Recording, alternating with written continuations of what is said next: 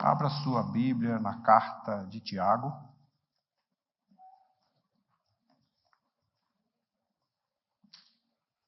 E vamos ler no capítulo 2, o primeiro versículo em diante.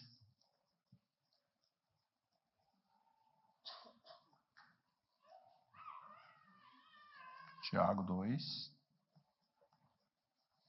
Vamos ler até o versículo 13. Encontrou? Amém? Meus irmãos, não tenhais a fé em nosso Senhor Jesus Cristo, Senhor da glória, em acepção de pessoas. Se, portanto, entrar na vossa sinagoga um homem com anéis de ouro nos dedos, em trajos de luxo, e entrar também algum pobre andrajoso, e tratardes com deferência o que tem os trajes de luxo, e lhe disserdes, tu assenta-te aqui em lugar de honra, e disseres ao pobre, fica ali em pé, ou assenta-te aqui embaixo do estrado dos meus pés? Não fizeste distinção entre vós mesmos, e não vos tornaste juízes, tornando-vos perversos os pensamentos? Ouvi, meus amados irmãos, não escolheu Deus os que para o mundo são pobres, para serem ricos na fé e herdeiros do reino de Deus, que prometeu aos que o amam? Entretanto, vós outros menosprezaste o pobre. Não são os ricos que vos oprimem, e não são eles que vos arrastam para os tribunais?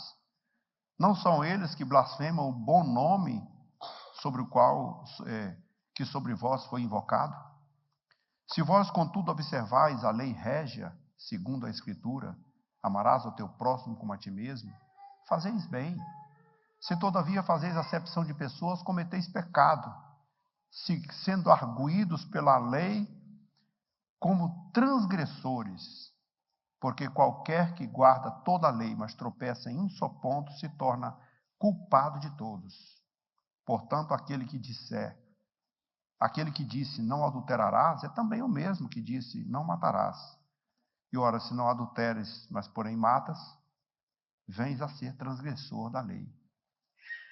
Falai de tal maneira e de tal maneira procedei, como aqueles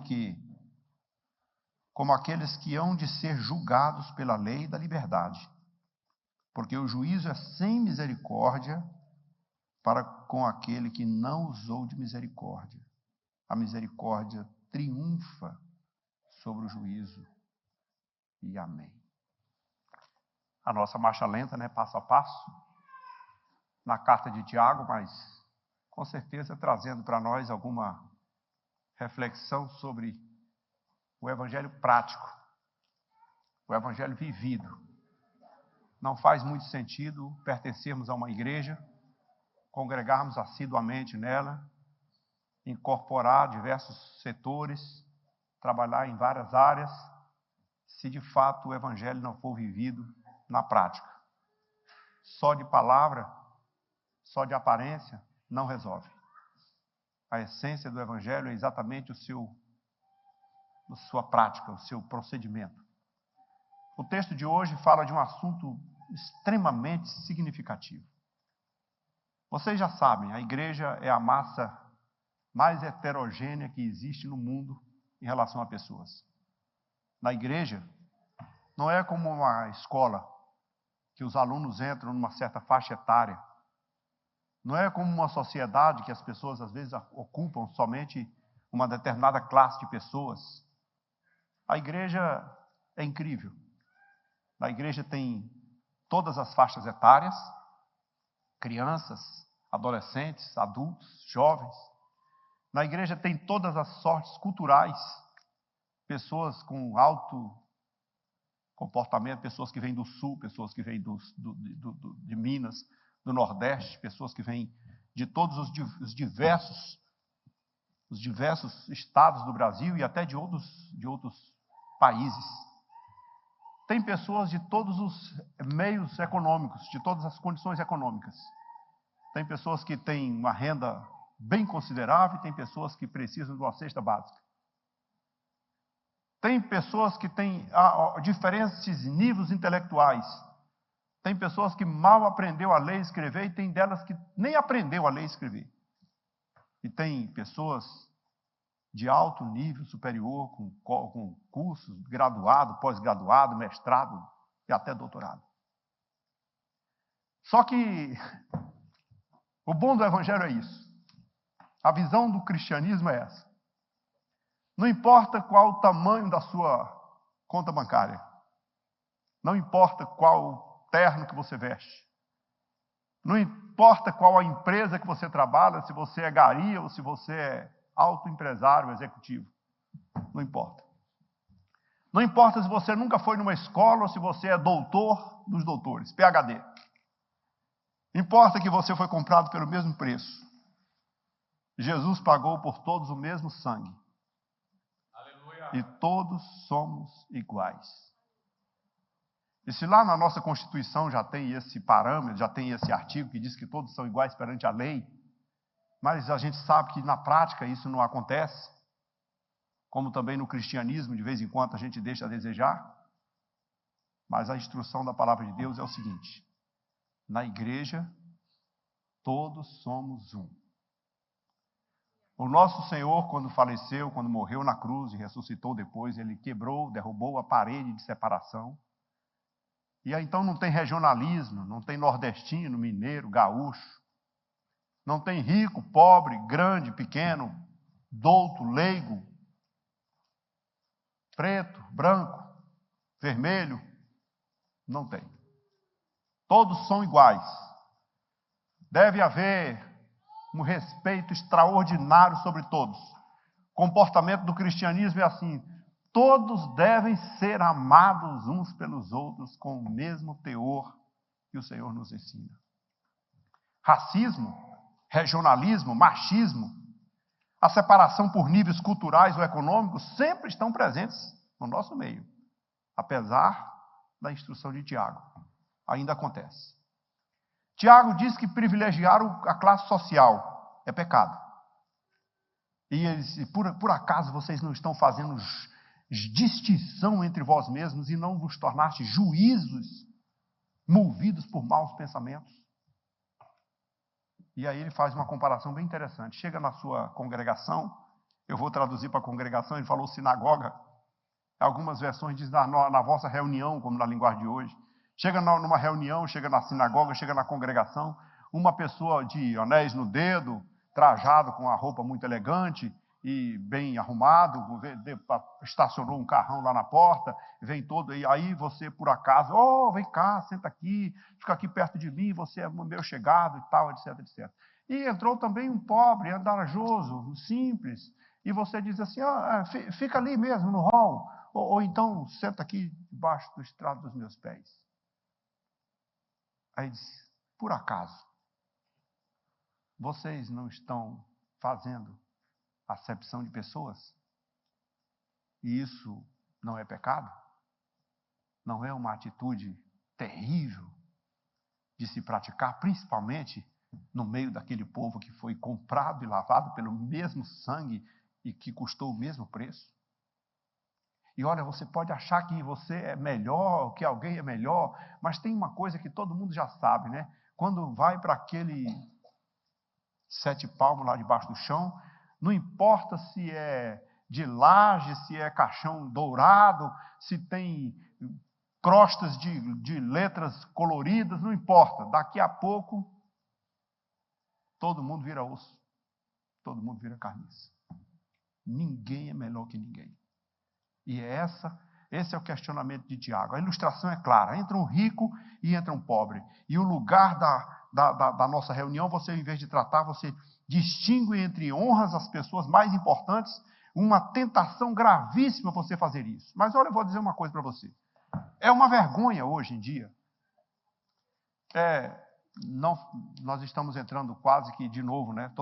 De 4 em 4 anos a gente entra nessa questão da política, né?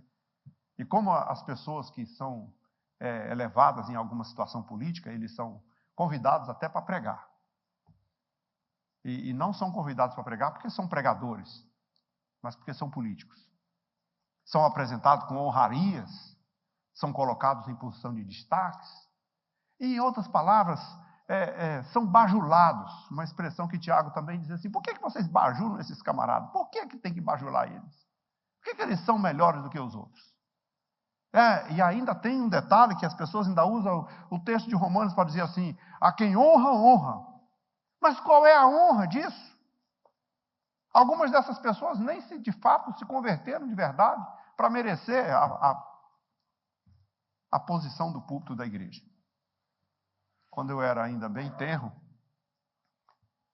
um pastor que me ajudou a formar um pouco da minha estrutura ministerial, ele dizia, sempre usava a linguagem da matemática, dizendo que a política e a igreja são como as duas linhas retas, paralelas da matemática, que elas andam juntinhas uma da outra o tempo todo, pertinha, e às vezes até uma depende da outra. Mas ele usava com todas as letras a figura, elas não se misturam. Elas nunca se cruzam. Uma nunca passa por lugar da outra.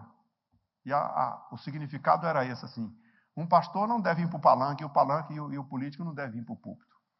Cada, como diria na nossa linguagem mais popular, cada macaco no seu galho. Cada um no seu lugar, cada um no seu setor. Mas como as pessoas queimam esse princípio?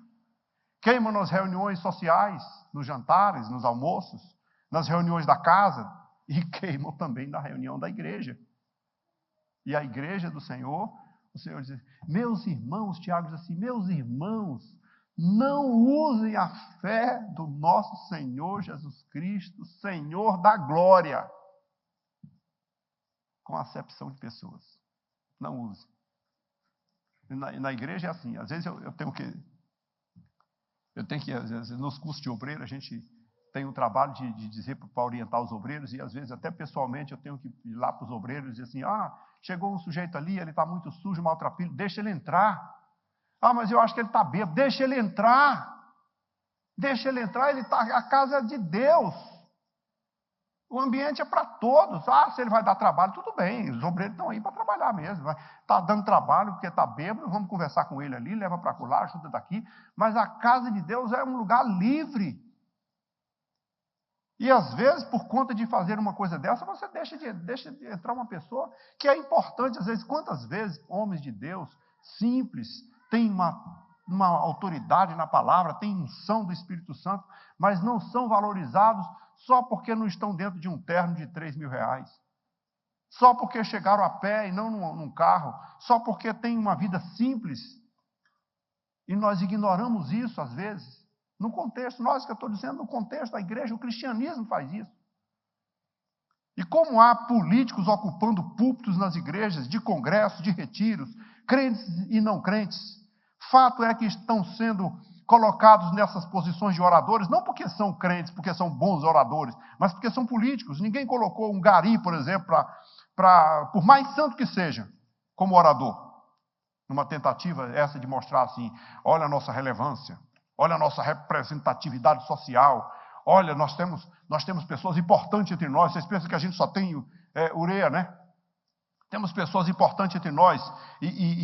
Então, as entrevistas de televisão, as propagandas, é o doutor fulano, é o jogador de futebol, é o cara que é rico, e às vezes nem ele é crente direito, às vezes nem dá um bom testemunho. O caráter não corresponde, às vezes é um sujeito que vive lá, tem o nome de crente, tem a família que é crente, vive no meio da prostituição, mas é o fulano de tal, que é o jogador fulano de tal, que é crente. E ele vale mais do que todos os crentes que você conhece. Isso é acepção de pessoas. Empresários, políticos. Não será isso uma espiritualidade mundana do tipo: vejam, nós temos aqui, está entre nós, nossos irmãos, fulano. Não estará o poder do Espírito Santo sendo substituído pelo planejamento de mercado e pelas técnicas publicitárias? Uma instituição religiosa com um programa de ação movida pelo executivismo? Será que isso vale a pena? Será que nós não estamos cometendo esse erro? É a igreja do Senhor. Por isso que Tiago vem falando assim do evangelho prático, e no evangelho prático é assim, Jesus atendia a todas as pessoas, o leproso chegava e ele tocava no leproso, o paralítico vinha e ele tocava no paralítico, e os pobres vinham e ele dava atenção aos pobres, os doentes vinham, ele dava atenção aos doentes, e as crianças vinham. Teve uma hora que até os discípulos disseram, não, os meninos vão para lá, você, não, deixa, pare, quieto aí, deixa para cá os meninos, eles têm direito de entrar, eles, aliás, são mais quentes que vocês. Eles são mais santos do que vocês. Oxalá vocês se comportassem como eles. Se vocês fossem sinceros como eles são. Porque criança é extraordinária, né? Criança, se ele achar você feio, ele olha para você e diz, mas você é feio, hein? Ele diz na cara. Não tem essa história de dizer assim, fulano de tal, que a gente faz assim, tapa o sol com a peneira, né? Tem uma história uma história que às vezes eu gosto de repetir essa história porque faz um sentido extraordinário. Que duas crianças lá numa quadra de vizinhança lá, um brigou com o outro lá e um meteu-lhe a pedra no outro e fez um corte na cabeça e saiu sangue. O menino chegou em casa e aí depois o pai ficou muito furioso. Quem foi? Foi o pai do fulano, o filho do fulano que jogou uma pedra e tal. Nós vamos na delegacia registrar a ocorrência. Aí disse que botaram o menino lá na carroça, no cavalo, e aí daqui a pouco saiu no caminho, disse que para ir chamar a polícia. Aí no meio do caminho encontrou o garoto que tinha jogado a pedra junto com o pai dele. Vem fulano, vem, vamos brincar, desce, vamos brincar. Ele, não posso, agora eu estou indo da parte de você na polícia. Tá bom, mas quando você chegar a gente brinca, tá?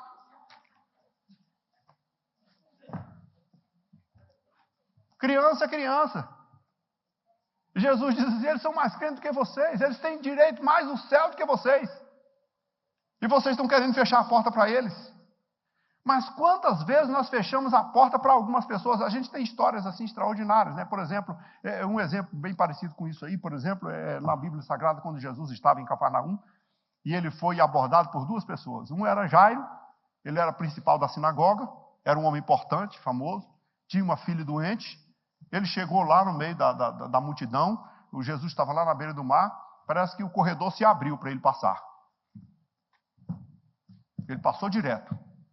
Ainda que ele foi com humildade, ainda que ele não era uma pessoa arrogante, ele foi humilde. Chegou lá, se prostrou aos pés do Senhor. Mestre, por favor, minha filha está morrendo, está doente, por favor, me ajude. O Senhor disse, não, para ele, eu vou lá na sua casa, pode ficar tranquilo, que eu vou para lá e vou curar ela. Mas tinha uma mulher hemorrágica que para ela chegar perto de Jesus foi na base da cotovelada. Foi nos empurrões e de todo jeito. Ela não conseguiu chegar, mas eu só quero pegar nele, eu só quero pegar na roupa dele. E pegou na orla dos vestidos de Jesus e ficou curada. Para você ver como essa história de acepção de pessoas não é de hoje. Mas eu quero também que você pense numa coisa. Que essa interpretação, de vez em quando, ela pode ser muito equivocada. Porque em momento algum a Bíblia está dizendo que é pecado ser rico. O problema da riqueza não é como você é rico, não é porque você é rico. O problema é como você adquiriu a riqueza e o que você faz dela. Se ela é uma riqueza lícita e abençoada e você usa muito bem, glória a Deus. E não vamos tentar agora espiritualizar e canonizar o pobre, porque ele é pobre, porque ele é santo, porque é pobre. Não. Tem pobre que não vale nada também, que é gente ruim. E tem rico que não vale nada também. Tem gente rico que é bom e tem pobre que é ruim. E o contrário. Então, a questão não está no que você tem, está no que você é. E não podemos, por aqui, então, espiritualizar o pobre e rechaçar o rico. Não é para isso que o Tiago está dizendo isso aqui. Ele está dizendo que o tratamento que devemos dar dentro do contexto da igreja do Senhor, no ambiente espiritual, na casa de Deus, o tratamento que se dá para o rico é o mesmo que se dá ao pobre. E o tratamento que se dá ao pobre é o mesmo que dá ao rico. E não importa se o fulano é isso, não. Eles somos nossos irmãos. Uma família. E todos comprados pelo mesmo preço, o sangue de Cristo. Então, a igreja é uma agência de Deus ou uma instituição humana? Tiago trata especificamente da questão dele, usa assim, adulação aos poderosos. Versículo 2 e 4. Em Foco ele mostra que um homem rico, com anéis de ouro, bem vestido, entrando no templo, também entra um pobre, com roupas velhas, e o tratamento aos dois é diferenciado.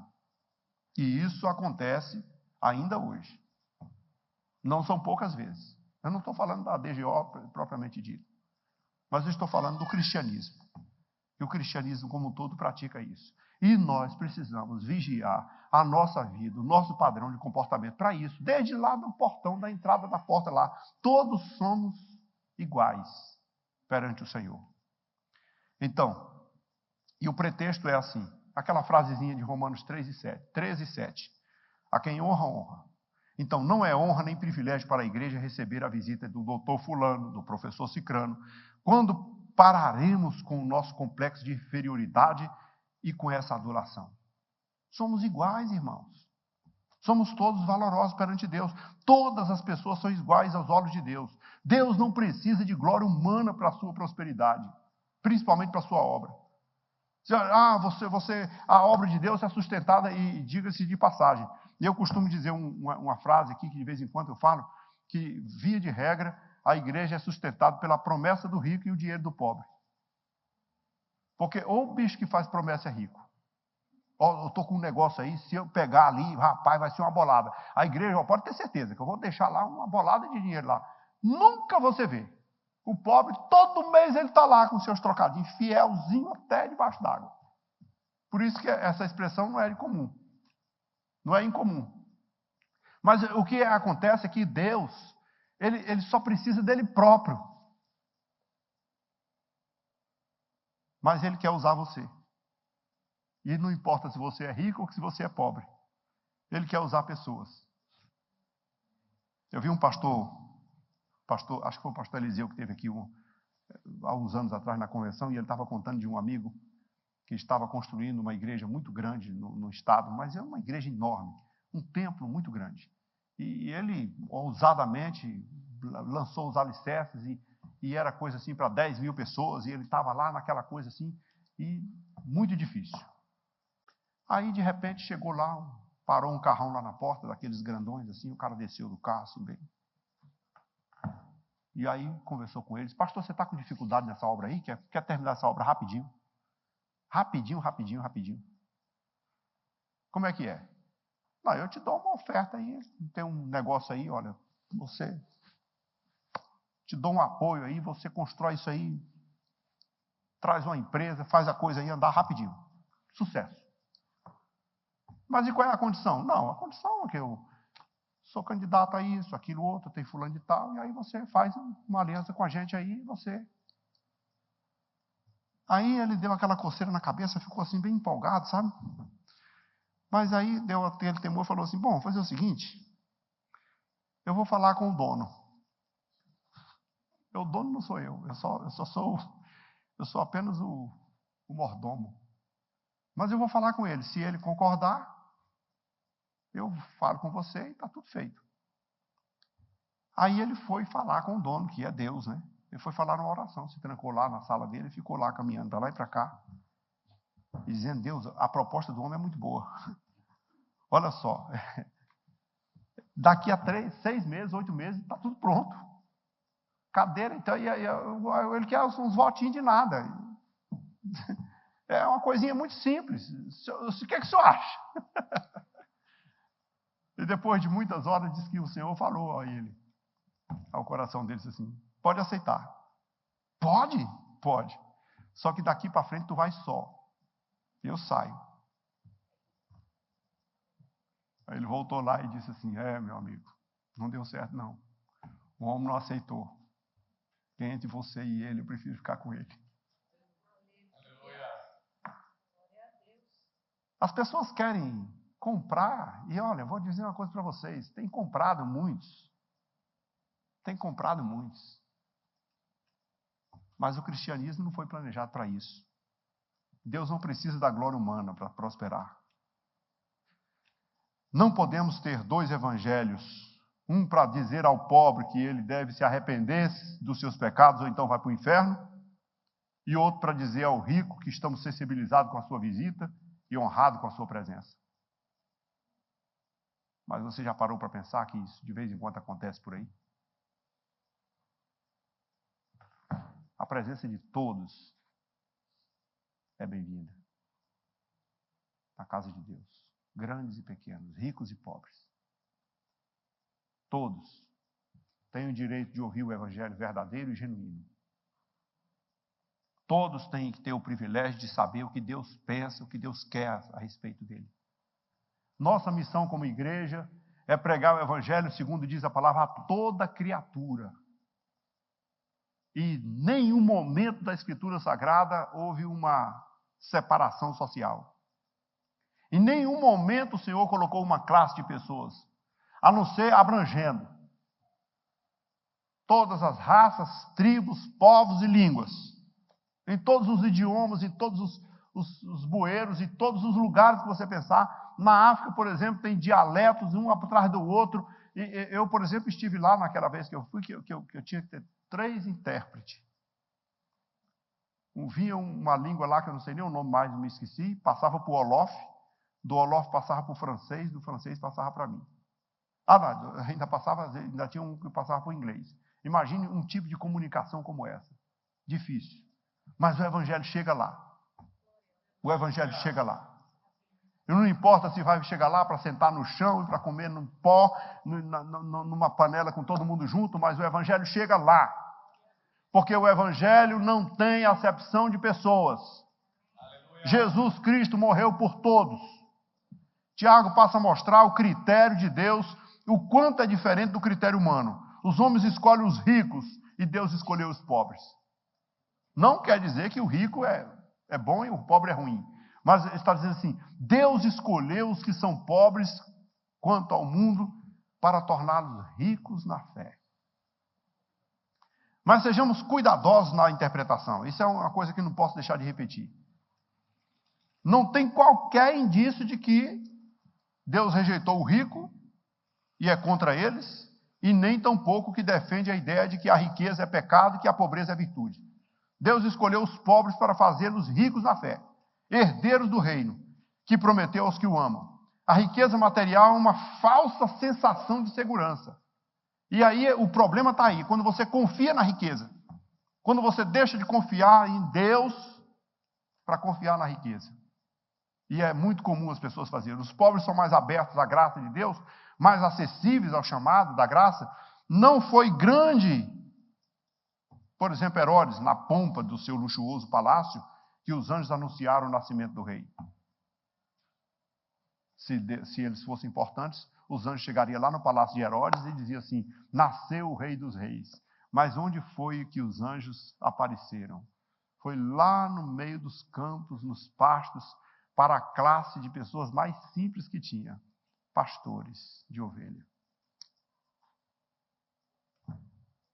Porque não importa o que é, Deus procura, não é pela pessoa, pela personalidade, pelos bens, Deus procura pela simplicidade, pela pureza de coração. Se Deus fosse procurar, por exemplo, o João Batista, por exemplo, era um homem simples, talvez nem tenha frequentado grandes escolas, estava lá no deserto vestido de pelo, de camelo, amarrado com o cinto, comendo gafanhoto, mel silvestre. E lá na cidade que tinha sacerdote, tinha rei, tinha grandes homens, profeta, sumo sacerdote, uma cúpula de lá. Mas a Bíblia diz assim, mas veio a palavra do Senhor a João no deserto. Porque Deus escolhe do jeito dele, a maneira dele. Aleluia. O pobre tem menos coisas a deixar. Por isso, o versículo 6 do texto em foco diz assim, Tiago mostra que a bajulação é indevida. Não prega o ódio contra os ricos. Não se alinha a ele com algumas correntes teológicas contemporâneas que sacralizam o pobre, tornando o objeto exclusivo do favor de Deus. Não é isso, não. Voltando-se contra o rico. Não, como se estes fossem os únicos culpados por todos os males do mundo. Também não. Tiago não é teólogo da libertação. Não é apologético. Não está fazendo apologia a nada. ele só quer saber o que nós estamos fazendo com o cristianismo. As possessões materiais não são demoníacas, nem a pobreza é uma virtude teologal. O pecado não está na posse de coisas, mas na maneira como as coisas chegam às nossas mãos e na maneira como nós as usamos. É aí que está. Como nós estamos nos portando. Não são os ricos, ele pergunta, não são os ricos que vos arrastam para os tribunais? Não são os ricos que vos oprimem? Não são eles? E por que é que vocês o bajulam? Quando vê um rico, fulano, doutor fulano. E ainda mais assim, tem pessoas que são ricas e são simples. E chegam na igreja e ficam lá no cantinho dele. E tem outras que são ricas e querem ser. Não, peraí, eu tenho isso, eu tenho aquilo, tem que me prestigiar.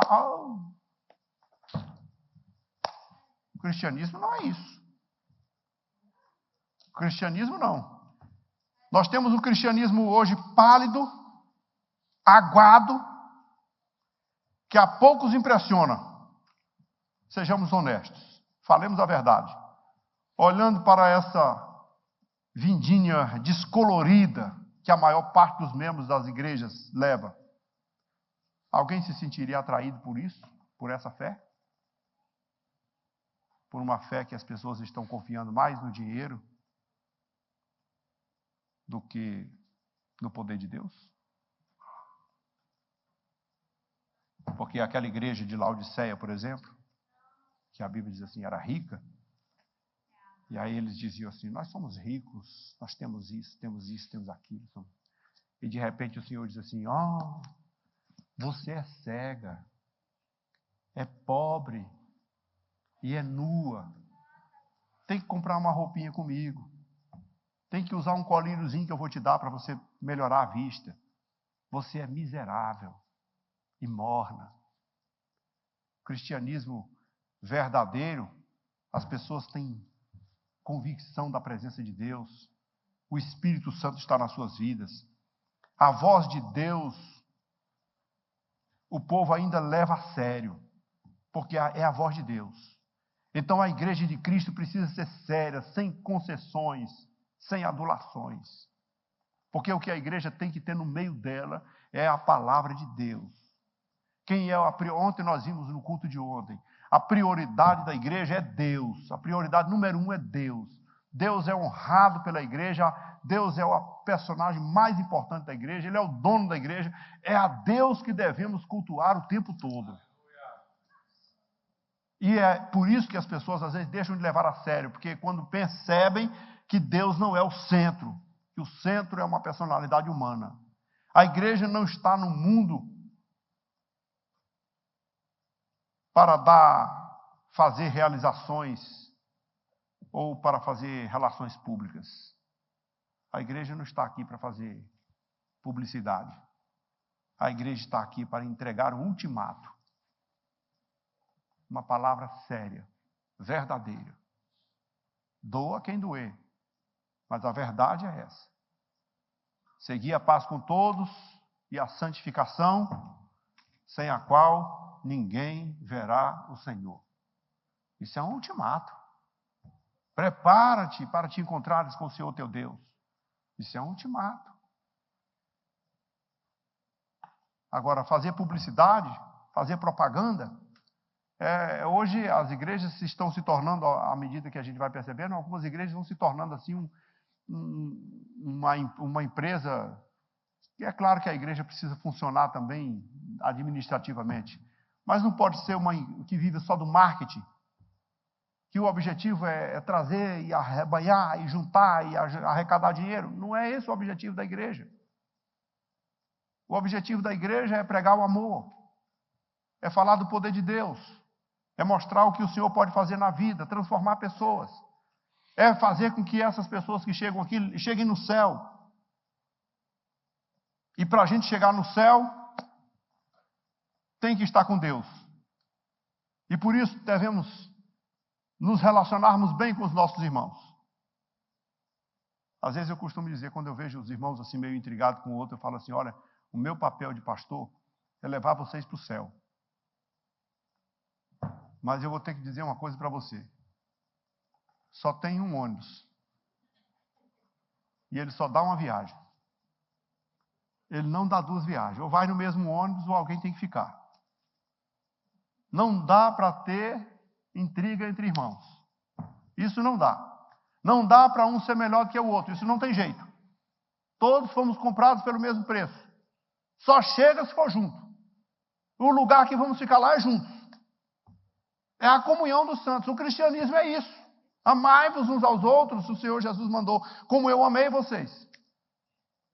Esse cristianismo que não tem essa comunhão, pode ser poderoso, pode ter sensacionalismo, pode ter glória, pode ter milagre, pode ter o que for.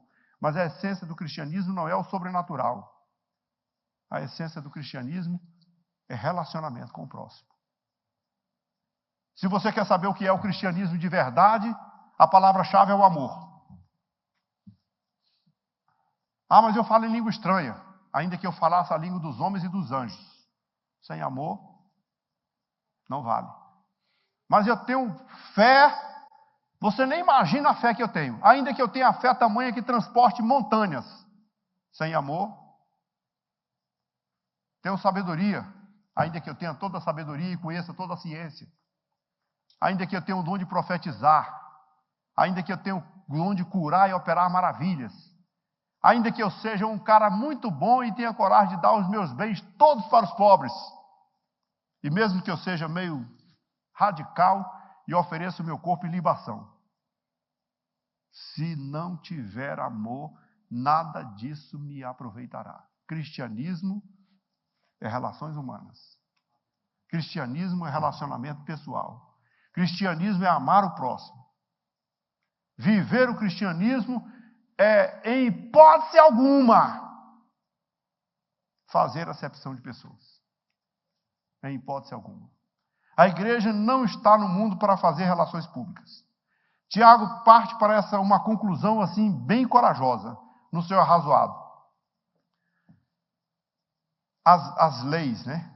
Elas encontram-se nos versículos 6 a 13. São as leis do amor e da liberdade. E a lei do amor é chamada de a lei real, a lei do reino. A vida na esfera do amor deve ser no nível de vida dos cristãos. É o amor que prevalece a todas as coisas.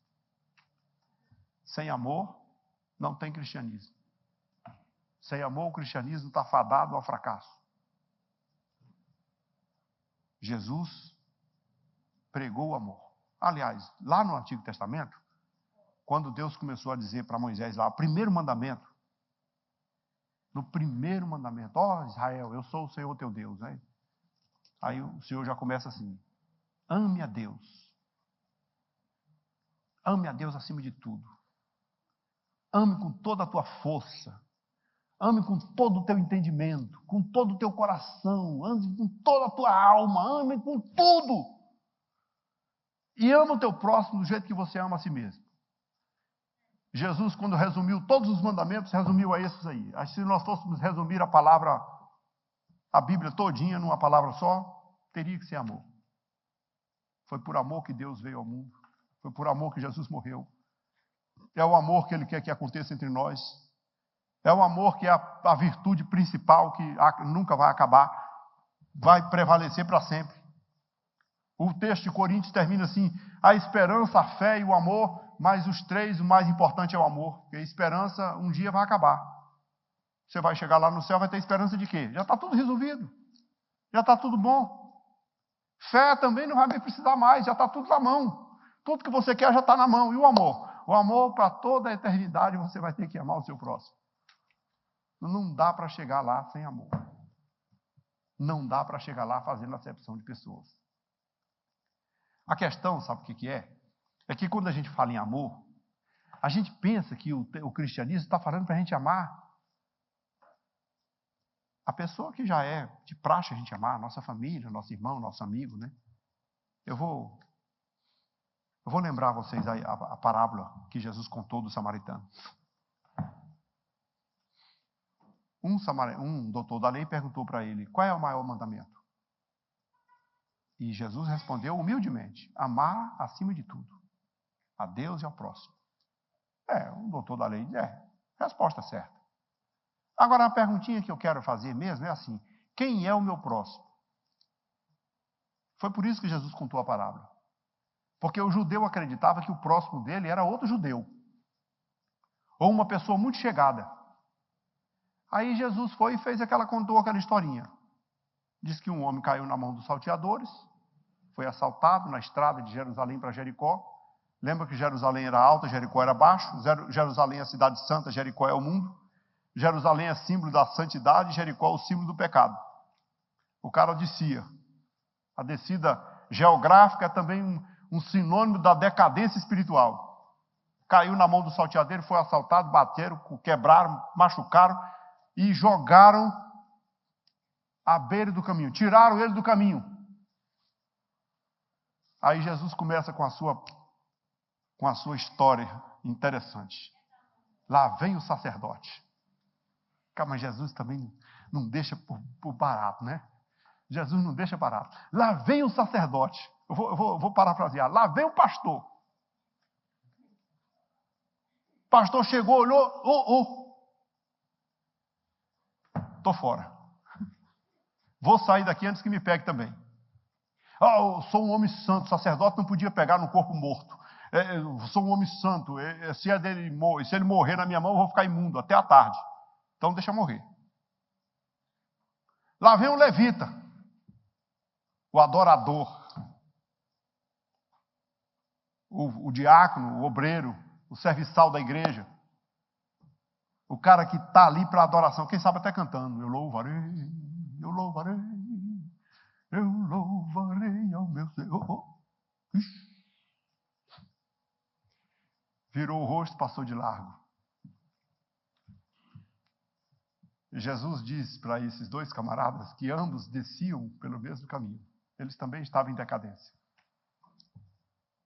Aí Jesus pega o inimigo. Aí Jesus é muito bom, né? Ele pega o inimigo, pega um samaritano, gente. Judeu cuspia no chão quando via um samaritano.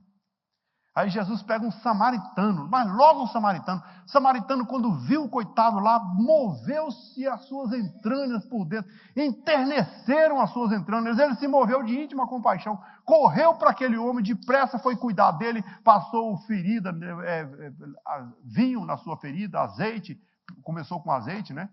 Ainda que o pessoal da enfermagem aí sabe que quando vai fazer o cuidado de um doente, primeiro joga a água oxigenada, o produto para lavar a ferida, e depois que joga o azeite, né? O remédio.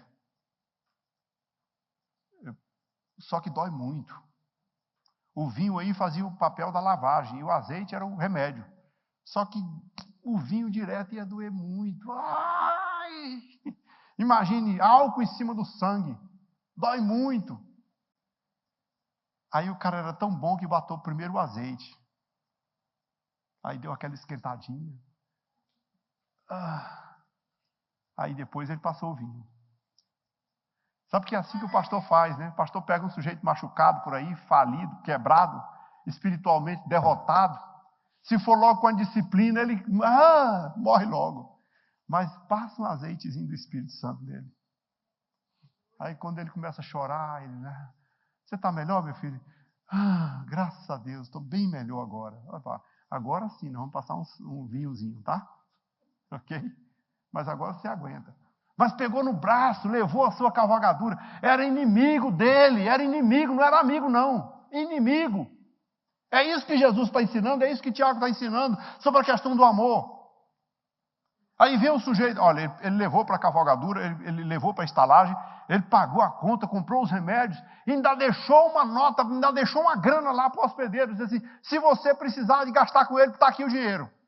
E se você gastar mais do que isso aqui, pode gastar sem medo. Quando eu voltar, eu te pago. Eu só fico imaginando a hora que o cara acordou. O que houve comigo? Você foi assaltado, machucado, bateram. Você só está salvo, só está vivo agora, porque o Filho de Deus, que muito generoso, te socorreu. Eu estou devendo muito? Não, ele pagou os remédios tudo. E a hospedagem? Pagou a hospedagem, pagou o remédio, pagou tudo, ainda deixou dinheiro aqui, acho que vai até sobrar. E ele falou mais assim: pode gastar, que quando ele voltar ele paga tudo. Imagino que a primeira coisa que vai sair da cabeça desse homem é assim: quem é esse anjo? Quem é esse anjo de Deus que fez uma coisa tão boa dessa comigo?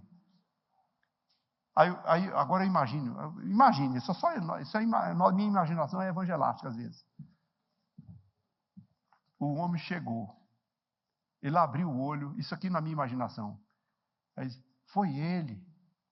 Aí ele olha assim: oh, é um samaritano.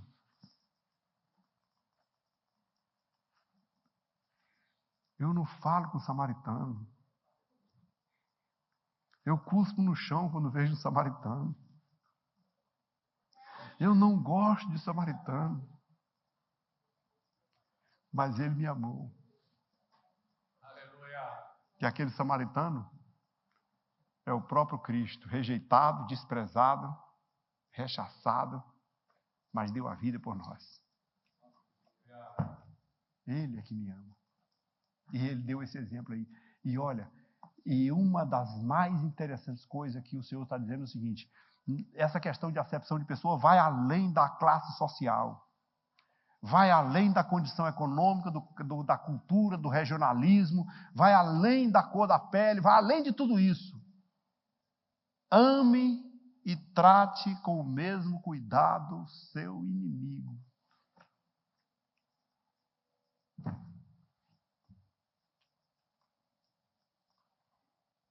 Aí havia uma jovem, eu vou ler isso aqui só para vocês entenderem, que escreveu alguns livros de poesias, algumas frases poéticas, e ela foi até a uma publicadora lá para ver se conseguia publicar o seu livro. Mas quando chegou lá, o editor perguntou para ela assim: minha filha, me diz o que é o amor. E olha a resposta dela: o amor é os raios coruscantes do astro-rei atravessando as foliáceas e pisoteando a gramínea. O amor é uma gota de orvalho rorejando sobre a pétala da flor. Aí ele diz: pare, por amor de Deus. Eu vou dizer para você o que é o amor. O amor é você passar a noite na cabeceira da cama com uma pessoa amada que arde em febre sem sentir que está sendo um fardo. O amor é sair debaixo dos 2 cobertores uma noite fria para socorrer e atender uma criança que chora. O amor é você colocar o ombro sobre a carga da pessoa amada, carregar e partilhar o peso sem reclamar e sem lhe lançar em rosto. Na Bíblia, o amor nunca é sentir. O amor é fazer. Você sente? Oh, mas como o cristianismo tem a mania de sentir, né? Tudo que o povo fala é porque eu senti de Deus. É porque eu senti. Não é o sentir. Faça. É isso que é o amor. A igreja não é uma meretriz que ama quem dá mais. Ela é uma comunidade cuja origem está em Deus. E que ama pessoas porque Deus é amor. Tiago fala dessa lei da liberdade, a lei que mostrou a ele o nível de vida que os cristãos devem viver. A lei da liberdade é o nome que dá ao Evangelho, as boas novas. O ensino de Tiago pode ser bem exposto em frases curtas e definidas. A igreja não faz acepção de pessoas. A igreja não privilegia pessoas por situação econômica, social, cultural, racial. A igreja não odeia classes.